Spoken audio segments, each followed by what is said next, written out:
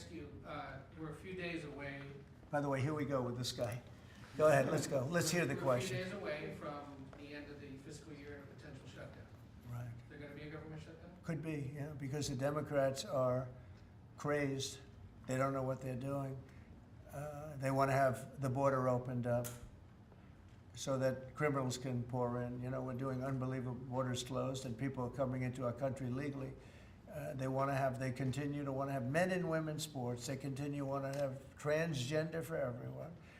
They want to raise everybody's taxes at a number that's not sustainable. It's the only time in the world I've ever seen a party that wants to raise taxes. You know, I grew up in a family where I'd watch politics, and I always liked it from the time I was very young, but I'd always see politicians say, we will lower your taxes. These guys, they campaign on raising your taxes, but they want to raise taxes very substantially. The one thing they're concerned about, I mean, look, Republicans have total control of Washington. You guys have control of the House, the Senate, there's you.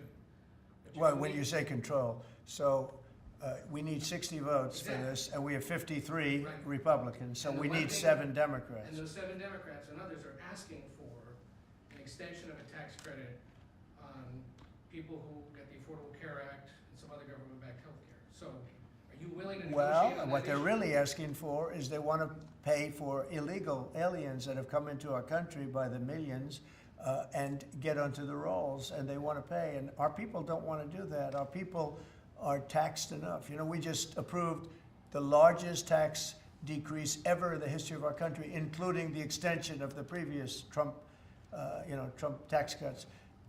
The tax cuts that we just approved, they want to use those tax cuts to give the money to illegal aliens, people that came into our country illegally and that are leaving the country. So why not You know, there's been a negotiate- self-deportation because of what we've been doing that's been incredible.